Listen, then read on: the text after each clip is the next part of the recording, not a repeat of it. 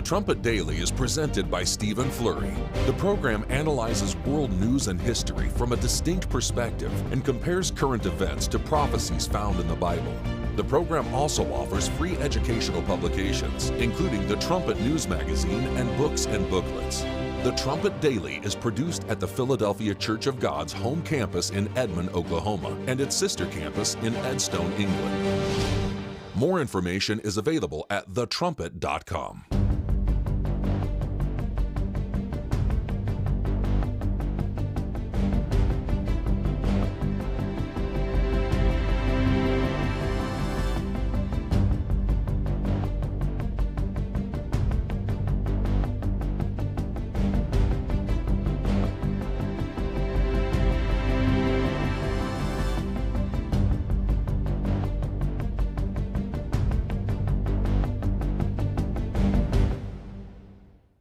The Trumpet Daily program begins right now. Today's world news, what it means, where it's taking us. I bring you the one and only possible message of world peace. This is a message of hope, tremendous hope. And he said unto me, you must prophesy again. The Trumpet Daily program begins right now. Melanie Phillips, thanks for joining us again on the Trumpet Daily. Only this time we're meeting you in Jerusalem, and you split your time between the UK and Jerusalem. About how much do you stay here in Jerusalem? I'm here most of the time in Jerusalem, but I go to London a very great deal. Much of my work is based in London. I have family in London and family here in Israel too. But I was here during the 12-day enterprise in the war. I say enterprise because the war is continuing. Strange as it may seem, because it was a frightening experience, being under missile attack. You know, we were up and down in the middle of the night, several times a night, into the shelter, never knowing quite whether, you know, the missiles overhead were going to be intercepted, whether they're going to land, whether to do damage. So it was alarming. And nevertheless, it was a great privilege to be here. I felt it was an enormous privilege. I was extremely glad to be here because, strange as it may sound, even though it was a very frightening experience, the fact that I was here in Jerusalem at what feels like and felt like and continues to feel like the very epicenter of what is a seismic period for the Jewish people, State of Israel, Jewish people, and the world in general. And you're here at the very epicenter of it. And that's an amazing experience to feel that. And also to feel that you're very much part of the Jewish people. This is what we are. We are one people, and we are standing together against the forces of barbarism. And there's this tremendous feeling in Israel during the whole of this terrible war of the last 21 months, and certainly when you're under missile attack and so on, there's this tremendous feeling of coming together, that everybody has your back. You know, you go out into the street and you may be divided on political grounds. You know, as you probably know, the Israelis are an intensely disputatious and argumentative people. But nevertheless, you know that ultimately everyone has everyone else's back. Yeah. And in Britain, the place of my birth and where I was born and bred, I don't feel that at all. I feel I'm not surrounded by what I'm surrounded by here, which is love and commitment and positivity and the certainty that we're going to win, that we're going to defeat the forces of evil, that the forces of goodness are eventually going to triumph. You don't feel that at all in Britain. We, just so our viewers know, we may not have gotten into this the last time you were on the show with us, but when they hear your voice, they may not know that you have dual citizenship, both in the UK and Jerusalem or Israel. So now it makes sense to them, I suppose, that you spend a good deal of your time here. How much, with respect to your work, like, is your focus more on Britain or Israel, or split? I don't normally write about Israel in terms of its internal doings. I don't really feel that I know enough. My Hebrew isn't good enough for me to really connect to everything that's going on. I do write about Israel's place in the world, so relationships between Israel and America, the kind of Israel's place in the regional upheavals and so on. But I write a great deal about Britain. I write a weekly op-ed column for the Times of London, and so I need to be very much connected with what's going on in Britain all the time. Okay. You said earlier you were happy to be here when the war was going on, and that it continues. There's been quite a few commentators, and even President Trump has been pretty adamant about it's over, it's finished. He got very angry when there was a rush to do more bombing right there at the end before the ceasefire started. So maybe you could explain, in what way is this war that Israel's engaged in not over? Well, first of all, it was extremely helpful, to put it mildly, that President Trump decided to come in when he did and bombed Fordo and the other two major nuclear sites in Iran, and thus caused very much more damage to them than anything the Israelis could have done so quickly. if at all. And that was obviously enormously helpful and very significant. But the idea that ends the Iranian threat is simply not so. The Iranian threat continues while the regime is in power. The regime is very much still in power, even though it's very much weakened. It is, by all accounts, from what we can gather, engaged in intense repression of its own people. It's been rounding up people. It's been rounding up the hapless Jewish community that remains in Iran. We don't know what's happened to these people. Some of them, we believe, have been murdered. We don't know. So internally, it's still very active. And as far as its war against Israel and America and the West is concerned, it's very much still on. The regime is still making warlike noises. It's still threatening to murder President Trump, to murder Prime Minister of the Israeli Prime Minister Benjamin Netanyahu. As far as it's concerned, it's basically business as normal. It's had a setback. Now, anyone who's followed the wiles of the Iranian regime for decades would expect that although we assume that Fordo and the other two major nuclear sites are out of action for the foreseeable future, we don't know how much damage was done. We are still not sure. And we don't know whether a quantity of enriched uranium, which was thought to be in Fordo, we don't know whether it's been buried for all time there or whether it was spirited away beforehand. And anyone who knows anything about the Iranian regime will expect that they will have had and will still have very secret sites, smaller maybe, right, where they would have centrifuges and the apparatus right, of their nuclear program.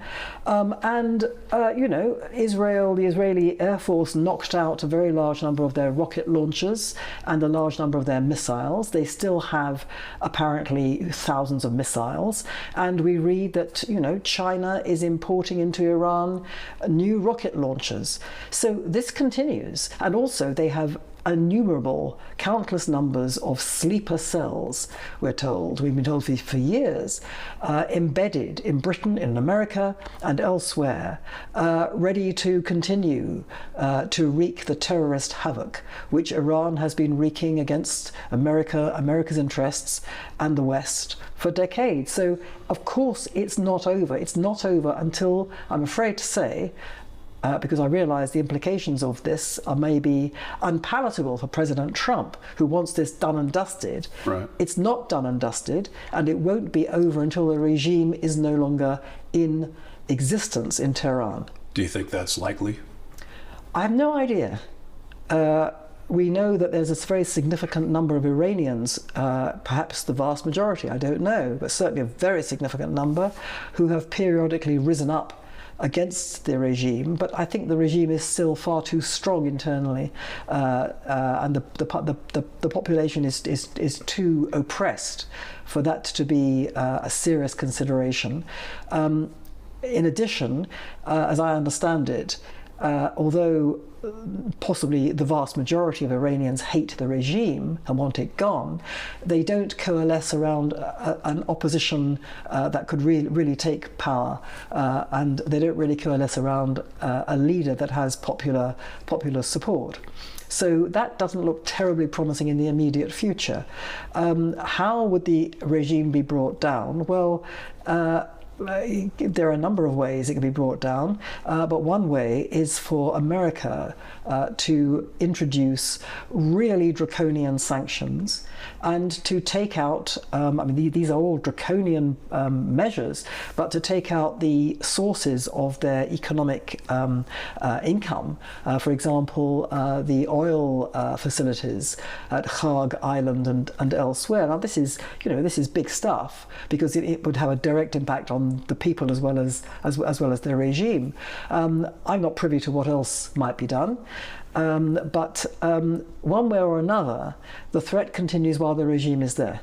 It seems like President Trump is going to the. You mentioned sanctions. It seems like he's going in the other direction, because he talks about wanting to make a deal and talk, even to Iran and to welcome them back, help them rebuild. And this comes, right after the war, and so how what's your thoughts on trying to negotiate with Iran? Well, straight after the war, straight after the 12-day war, I should say, I was extremely concerned to hear what President Trump was saying. Like, this is the end of it. We've taken out Fordo. Iran is no longer a threat. Now let's make the deal. Now, his view may have changed since then, because since then the Iranian regime has been responding to his invitation, let's make a deal, by saying we're going to kill you and we're going to continue the war. And he's clearly got very, very annoyed. And the last I heard, he said, I'm no longer negotiating with them. Okay. Nevertheless, I think it's been a concern of mine, and I think of many people who are, we are pleased that President Trump has taken the initiatives he's taken. And his support for Israel, his emotional support for Israel, I don't think can be doubted.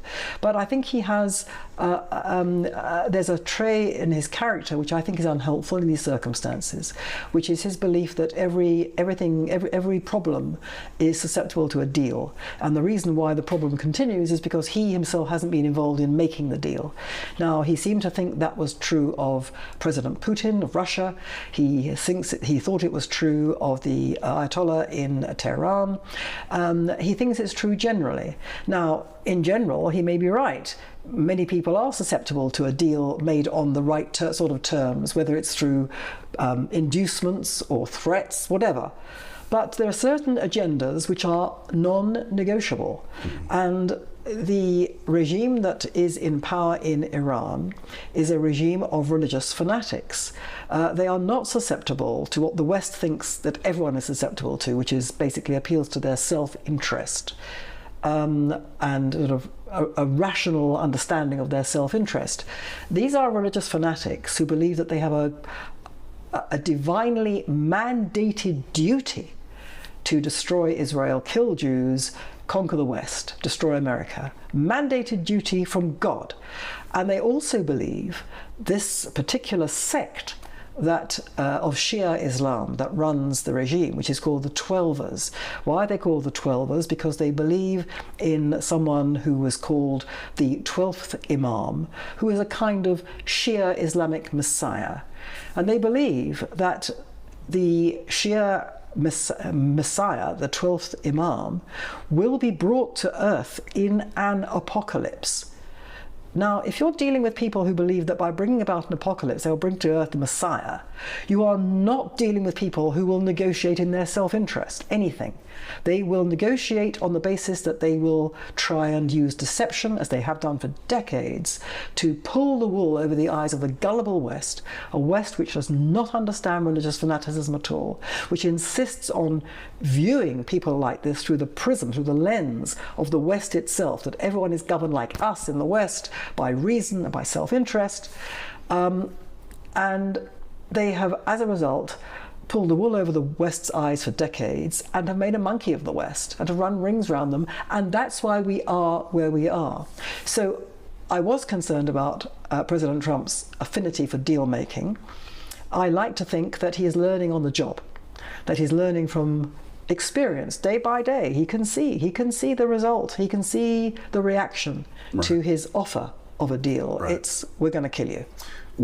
Earlier today you were telling us that another one of your big concerns is the deal making or the reaching out to Qatar. Maybe you could just try to summarize what you were saying. I hate to have you repeat it, but it was great. Yeah, well, it's a puzzle to me. The love affair between the West, particularly America and Britain, and Qatar. Qatar is a Gulf state which is unlike the other Gulf states, which are very pro-Western, and it's hoped that, you know, that Saudi Arabia will come into the Abraham Accords and that this will be a kind of regional peace. Let's hope. But Qatar has been an outlier for decades, because Qatar is the Muslim Brotherhood, for reasons that I think to do with tribalism, you know, particular types of Islamic sect. But put that to one side. The fact is, Qatar is Hamas. This war, the hostages could have been released and could now be released if America said to Qatar, unless you release them, like within 24 hours, we're out of here and you're out of here. Our airbase goes, we wash our hands of you, you are then going to be pariahs. Now, why doesn't it do that? Why does the West lean over backwards to say Qatar is our friend? It is so helpful to us. Qatar has been used for the last 21 months as interlocutors in the negotiations between America and Hamas. Interlocutors as if Qatar acts in good faith. Qatar is Hamas. This is a joke. So why doesn't America get tough with Qatar? Well, I can only assume it's because Qatar has for decades played the most brilliant game of all, which is basically to buy its way into America and buy its way into Britain in a way which makes Britain and America dependent on Qatar. Financially, I mean, Qatar has invested so much in American universities and in British infrastructure. And so I can only assume that it's got itself into a position where it makes it very difficult for America and Britain to extricate itself from that relationship. But it's a deadly relationship because basically you have America treating as an honest interlocutor, acting in good faith, as a potential friend, and potentially, I fear, what America will see as part of the regional infrastructure it is trying to construct as a permanent solution to the whole regional mess in the Middle East. If Qatar is part of that, then it's not going to be a solution. It's going to be another means of pulling the wool over the West's eyes, infiltrating from underneath the West's defences and wreaking havoc from inside. So you say it's Hamas. The Hamas leaders, a lot of them are there, and Hamas, of course, started the war with Israel 21 months ago. What would you? I mentioned to you earlier today about how Israel seems like was caught asleep at the wheel and not really ready for an attack such as that. Even going back before the security breach that happened that morning, October 7, what was the lead up to that like that exposed Israel to such a horrific attack? Well, the short answer is I don't know, and none of us knows. We know some of the story that unfolded as a result of what happened on October 7. We know some of the story of the hours that led up to that. But ultimately, we await the final accounting, insofar as perhaps we're ever going to have a final accounting. But they were asleep at the wheel, so much so that the young women who were employed by the Israel Defense Forces on the border of Gaza, specifically to watch over the border, to watch the electronic fence and to watch the activity they could see behind it. They sounded the alarm more than once to their commanders and said, things are happening down there which are not right. They look like they're preparing for something big, and they became more and more urgent in their warnings, and it was all brushed aside. Now, precisely why it was brushed aside and precisely who brushed it aside, we know some of it but not all of it. But what appears to be the case is that there was what's called in Israel the conceptia, the concept. There was a concept about Gaza which, with hindsight, turns out to have been an absolutely disastrous concept. What was the concept?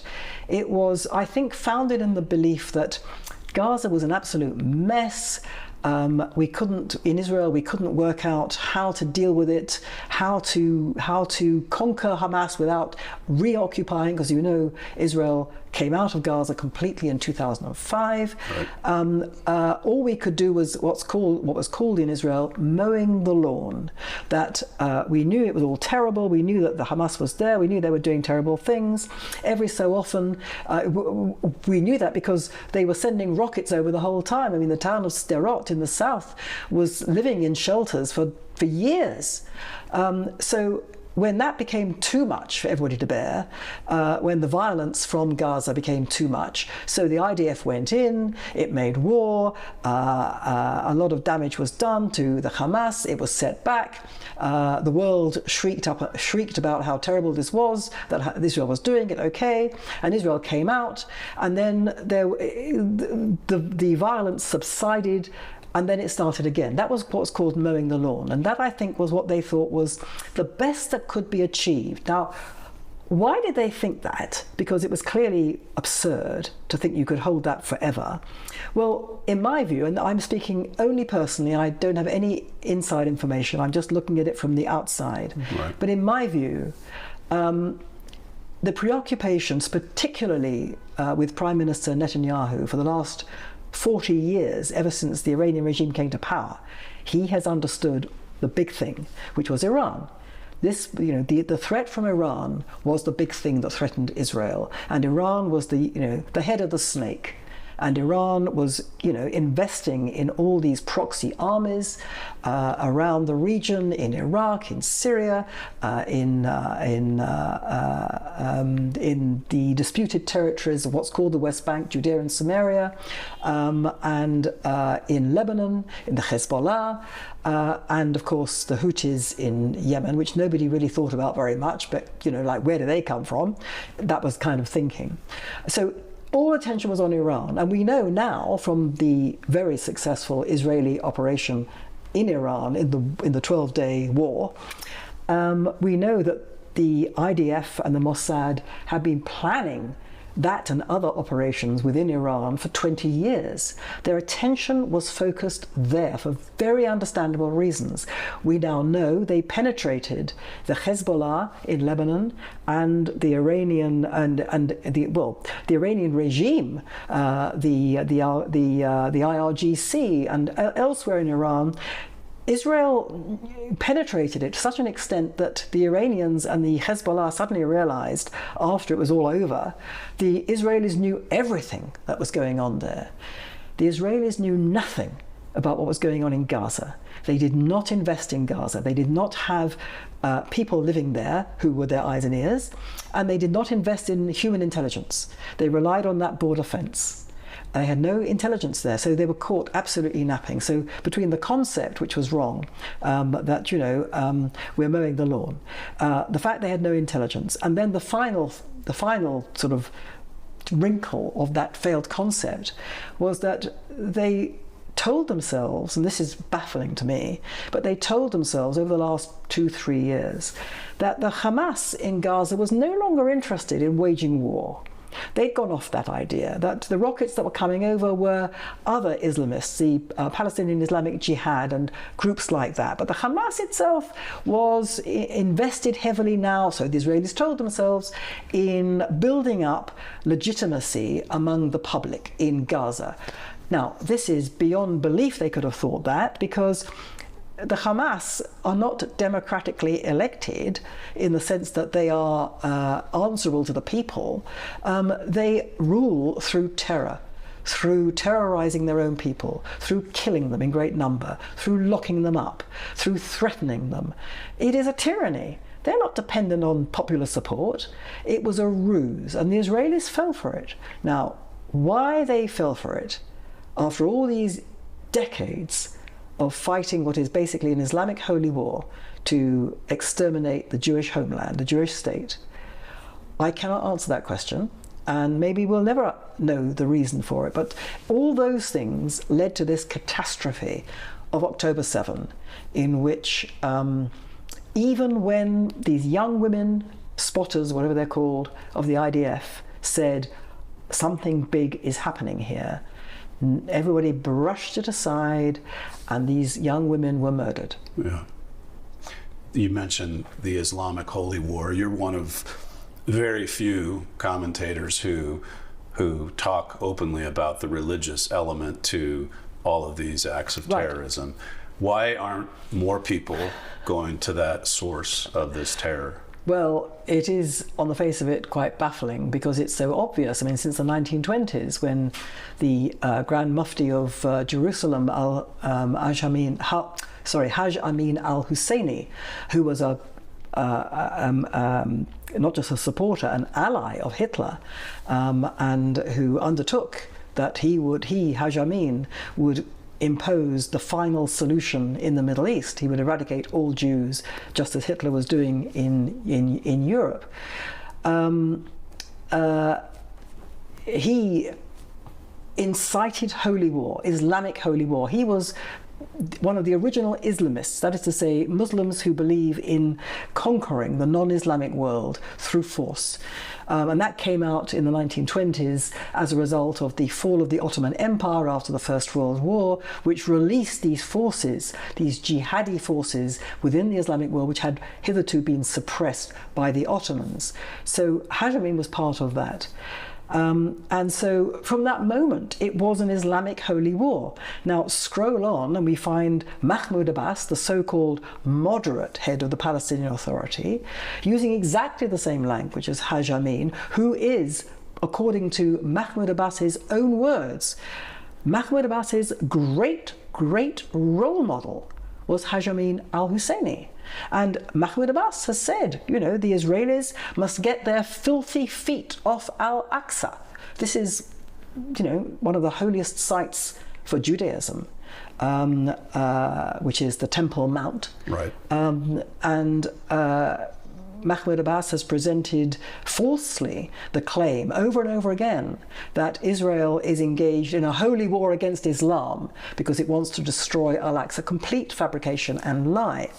So, and the language used certainly by the Hamas, but also by Mahmoud Abbas's Palestinian Authority, all the preachers and the educational materials and so on, they're infused with Islamic holy war. They use quotations all the time from the Quran and from the Hadith, the also Islamic holy sources, religious sources, which enjoin Muslims to murder Jews all the time, and yet people never refer to this, and it's been a source of great mystery to me that Israel's governments, successive governments, have by and large not referred to it. Okay, so Prime Minister Netanyahu in recent years has very much said, you know, that the West must realize that Israel is fighting the West's war for it because the Muslim Brotherhood, which is the Hamas,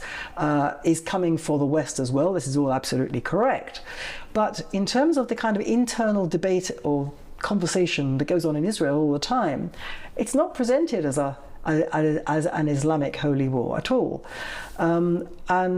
Maybe that's because, as I've been told, you know, it's too demoralizing to think of it in that way, because there are, you know, however many Muslims there are in the world, 1.8 billion, whatever it is, maybe more.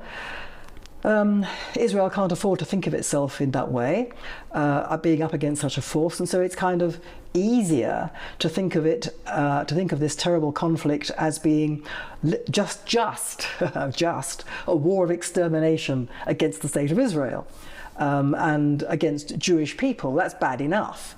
Maybe it's that. Maybe it's that they are too close to the Islamic world and haven't been able to see it as clearly as they should have been, because, you know, they've made accommodations with it. There are, you know, many Israeli Arabs. There are 20% of Israelis is Arab, of whom I think the vast majority are Muslim, and, you know, they're okay. With some exceptions, but broadly, you know, they are integrated into the society. They're working as doctors and as pharmacists. They're in the universities. You know, you go to the cinema alongside people. They're Israeli Arabs, so, and they are Muslims. So the Israeli Arabs subscribe to Israeliness. That is to say, you know, they may have. They may not like the government of the day. They may have disobliging attitudes towards how Israel should behave towards the Arab world. That's not quite the point. They are Israeli. They are invested in a civic identity, which is the Jewish state. Whether they like it or not, that's what they are. They're Israeli, and Israel is a Jewish state. And when you look at Europe, it's a very different matter. You have there Muslims who are Islamizing deliberately, they are trying to make Britain and Europe, which are Western, fundamentally Christian societies, into Islamic ones. That's a very different matter. And even in Britain, I can't speak about Europe because I really just know about Britain, but even in Britain, there is a denial of the religious element in this. Well, as I told you earlier today, even in America, after 9/11, we called the war a war against terrorism. Right. We made a point, George W. Bush made a point to say this is not a war against Islam. Islam is a religion of peace. Right, it's a religion of peace. So why, Britain, America, Israel, why are the leaders so afraid, I guess, of labeling it what it is? Well, partly it's fear, because the numbers are so great.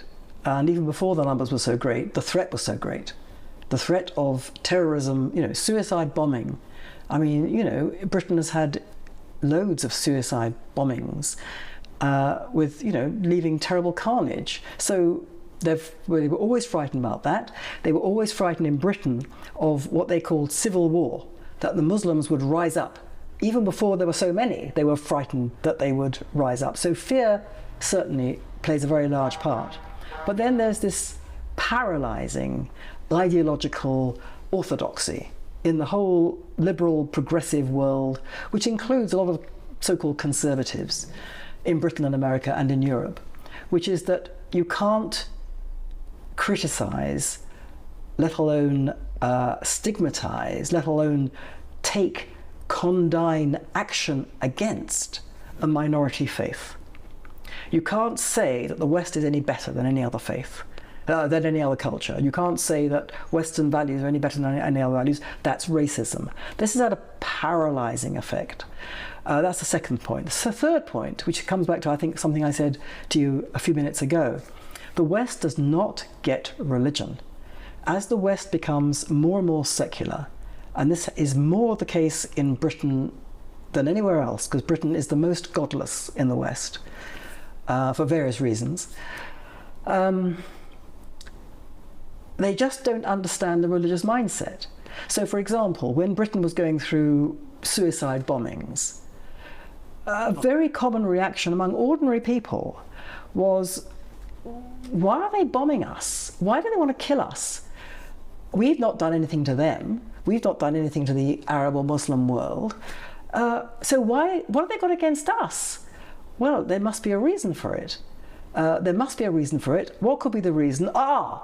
It's our support of Israel. So they went down that rabbit hole. But the point is this: they can't get into their heads the religious mindset, which is that when these people blew themselves up, they weren't doing so out of despair, because that's what the British said.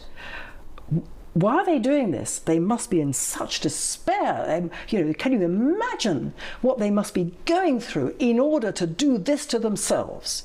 Well, no, they're actually blowing themselves up in a spirit of ecstasy, because they are doing what in their view is God's work in murdering, killing people who are not Muslim in order to Islamize the society.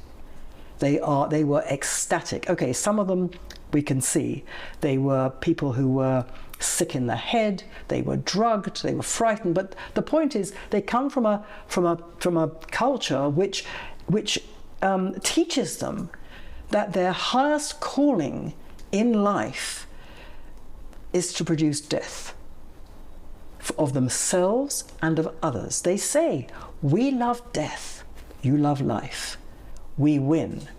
And the British and other Westerners go, when they hear that, they can't even begin to understand what that means, because they don't think in terms of religion. They don't understand that for some people, the motivation which is held to be divinely inspired acts on you in a completely different way from anything in the West, which is all about rationality and self-interest and all those sorts of things. So I think all those three things really amount to a catastrophic denial of what the West is up against, which continues to this day. Yeah. I don't want to get you too far off course, but you said earlier that there are various reasons that Britain is more godless than the others in the West. What are those various reasons? Well, that's a very long I'm very story. Curious. Summarize quickly. Okay. Two reasons. First of all, demoralization.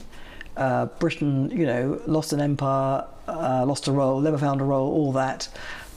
Britain suffered Britain suffered the terrible carnage of the First World War, the carnage in the trenches, which took out an entire generation, basically. And it said, like, never again. But it also said, I think at a very deep level, God is dead. Where was God in the trenches, right? And then you had the Holocaust. And then again, where was God? And this played in a particular way in Britain, because Britain was already primed for the death of God, which had been accelerating really since the middle of the 19th century. And for this reason, and this is just my view, but unlike in America, where you have, okay, it's eroding around the edges, we can talk about that on another occasion, but you have still the sort of great bedrock of scripturally faithful Christian religious belief, particularly in what's called the red states. Right. And that's acted as a kind of bulwark in what's called the culture wars. You've had, a Christian-led fight back against leftist universalism, which is basically secular. Now, in Britain, there was no fight back at all. Why? Because the church was in the forefront of the collapse. The Church of England, the established church, the Anglican church, turned over the course of the 20th century away from belief in God and that being its main function in life, to proclaim that belief, to being a kind of church of social justice. And why was that? Well, this is again a very complicated set of reasons, but the fundamental reason, which was put to me by a Christian thinker, which I thought was very persuasive, was that the Church of England is based on a settlement which was designed to end the catastrophic wars of religion that were going on after Henry VIII broke with the Church of Rome. But it wasn't a clean break. The people were still broadly Catholic. There were terrible wars of religion. Long story short, Church of England was kind of invented to settle that, which it did brilliantly.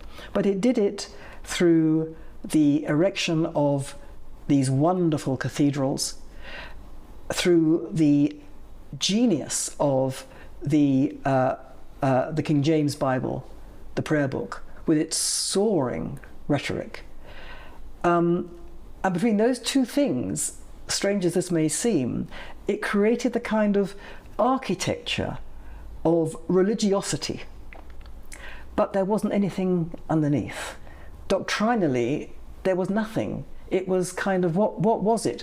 And so when the winds of Darwinism and all that blew from the 19th century, middle of the 19th century onwards, and then when these shocks happened, of the First World War in particular, the thing blew down because there wasn't anything there. Whereas in America, as I understand it, this bedrock of Christian believers in America remained scripturally faithful. They actually believed in the Bible and continue to believe in the Bible.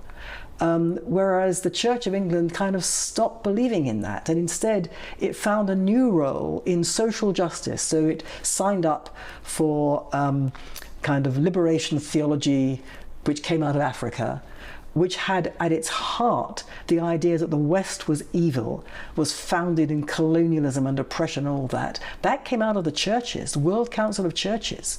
And the Church of England kind of hitched its wagon to that particular dark star. It went woke.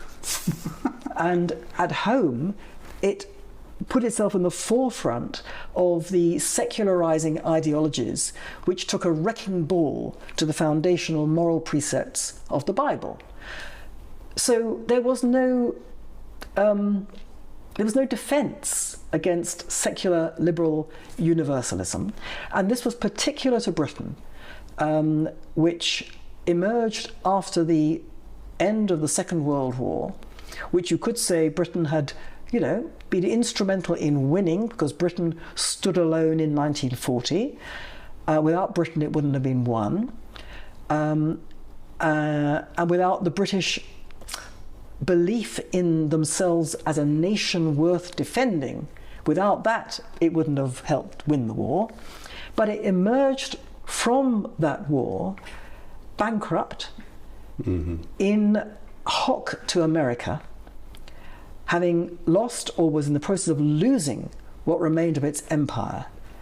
And it lost its mojo. It lost its belief in itself as a nation, and it, therefore, in my view, its elites were vulnerable to the idea that came in after the Holocaust. There was something rotten about the West which needed to be replaced by something that was transnational, brotherhood of man, all that, which is what we've been living through in the last few decades. Now, Britain was the world leader in that, the absolute world leader in that, in the West. I think where Britain led, America followed. Has followed. I think, I'm sure in America, Britain is regarded as, this rather sort of, second-rate power which has now completely lost its way. And it has lost its way. And it is a second-rate power by all kinds of conventional metrics. But in terms of cultural leadership of the West, Britain is still the leader. It's the home ship. It's the mothership of English-speaking culture. Right. It's where the Enlightenment came from. It's where modernity came from. It's where America came from. And where Britain goes, the rest of the West follows. Maybe more slowly, but it follows.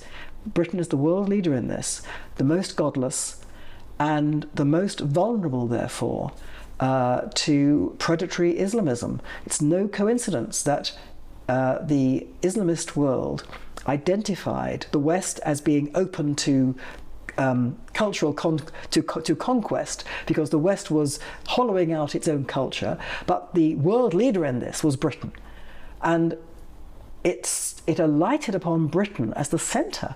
Al-Qaeda was formed in London. Britain, exhibited in all kinds of different ways the most. It was the furthest down the road of evacuating its identity of meaning and purpose, and the Islamists saw this. They're not stupid. They actually understand. Religion is the scaffolding of a culture. If you destroy the scaffolding, the building collapses, and they saw it. They saw it in Britain more than anywhere else. They didn't see it in America. Of course, because you have the churches in America, very strong.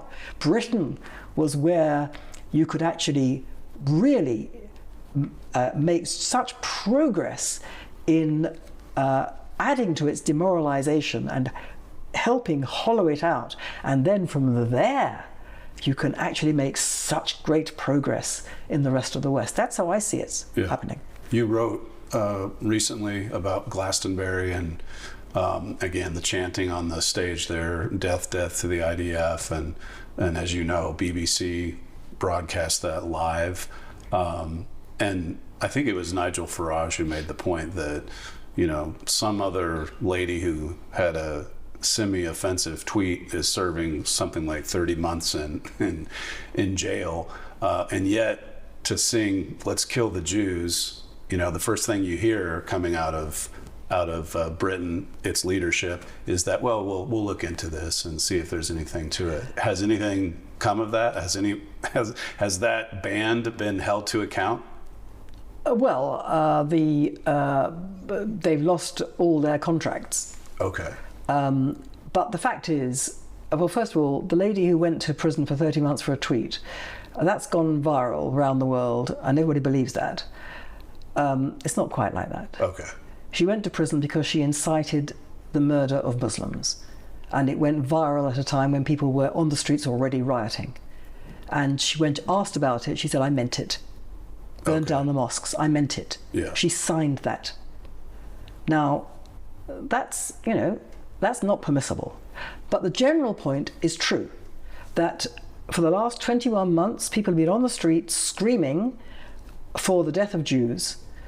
Okay, in Arabic, but nevertheless, you think the police might have worked it out by now. Death of Jews, destruction of Israel, these things are crimes under English law. Right. And they are not acted against, whereas if you stand up and say, with a placard, and say Hamas is a terrorist organization, or if you wrap yourself in the Israeli flag, the police will bundle you away, will try and arrest you. Why? This is the perversity of it. It's actually quite logical. It's a perverse logic. This is how it works. The police perceive that they have a task.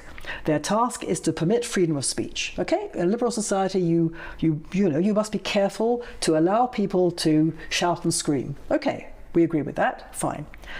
The police also see it as their task to prevent public disorder, to prevent violence. Right? They must not have violence. Now, they have two sets of people on the streets in these demonstrations. One is the people who broadly support Hamas, and the other are the people who broadly support Israel. The people who support Israel are never going to hurt anybody. They won't hurt a fly. They are not aggressive. They're not going to hit anybody. They're not going to cause a problem. They're not going to cause any violence. We can forget about them in terms of preventing violence. The Muslim hard left group who are supporting Hamas and are screaming for the death of Jews, they are going to be violent. We know they're going to be violent because we've had evidence of that in the past. They are violent. So we, the police, have to prevent the violence. What will cause them to be violent on these demonstrations, which we're managing to contain? We have to stop the people with the Israeli flag from even being seen by them. And if they walk across the road, that is a provocation. So the people in the Israeli flag, who are holding up the placard saying Hamas are terrorists, they're the people who are provoking the violence. And therefore, they are the people who have to be arrested or shunted aside. Whereas the people who are screaming for the death of Jews can proceed. This is crazy. This is absolutely crazy. This is the policing morality of the madhouse. And that's what's been going on for the last 21 months. Yeah. The point you made more broadly, the thinking that is spreading even among the elites in the West, is that Israel is the problem with the wars in the Middle East, right. And that if Israel wasn't there, exactly, it would be totally peaceful. It's true. If Israel wasn't there, nobody would want to destroy it. And it's true, if the Jewish people didn't exist, nobody would want to murder them. Okay, is that where we've got to? Yes, in large parts of the West, that is exactly where we've got to. And the result is that in the diaspora, the Jewish diaspora outside Israel, especially in Britain, but it's also in America and France and other countries in Europe, the Jews are in a desperate position. They are surrounded now by an Islamic-led, but nevertheless far broader than that, swathe of people in the West who genuinely believe that Israel is the pariah state, that Israel is not the victim and target of genocide, but is perpetrating genocide, that Israel is not the victim and target of war crimes, which it is. Tens of thousands of war crimes. Every rocket was a war crime because it was aimed at killing Israeli civilians. Israel's just war of defense, because unfortunately there are some people who are civilians who get caught up in that, is presented as genocide. I mean, this is complete lunacy. But so many tens or even hundreds of thousands of people, or even more, are signed up to this lunacy. So this is what's happened, which is almost impossible to certainly to understand, but even to register the scale of it. We've never seen anything like this. I mean, Nazi Germany was bad enough. Nazism, infected Germany. and other countries to a certain extent, but not much. It was Germany. It was a German problem. It's as if, it's as if Britain and large swathes of the West are now, producing Nuremberg rallies every week. It's extraordinary. Yeah, I think you made the point recently that in the case of Nazism, they tried to cover their crimes, whereas Hamas, they have GoPro cameras. That's right. They want to film it. They want to tell the whole world that they're killing Jews, and how it may not be on the mass scale that it was during the Holocaust, but there's I guess I would say a satanic, demented, thinking that you're wanting to, as you said earlier, this is something they do with ecstasy. They are excited about dying. They are excited about, you think of the guy that called his parents in Gaza and said, I've killed all these Jews. Yeah. Yeah. But what is so terrifying is that the people running the West not only don't get it, but are lending their support to it. Having said that, there are millions of decent people who remain sane and decent in Britain, in America, in Europe, who get it, who understand what's going on and are just horrified. But the people who run the culture, run the politics, run our cultural institutions, our educational institutions, the media, they're lending support to this lunacy. What, Israel's committing genocide and war crimes? What, Israel's starving people with these, millions of meals being delivered every day? This is preposterous by any standard. It's a complete denial of rationality. This is what's so hard to imagine, to understand. And what's needed is for, the British government, the French government, to stand up and say, people, what are you talking about? Right. This is madness. Yeah. You got this completely wrong. You are being led astray by bad people. Not a word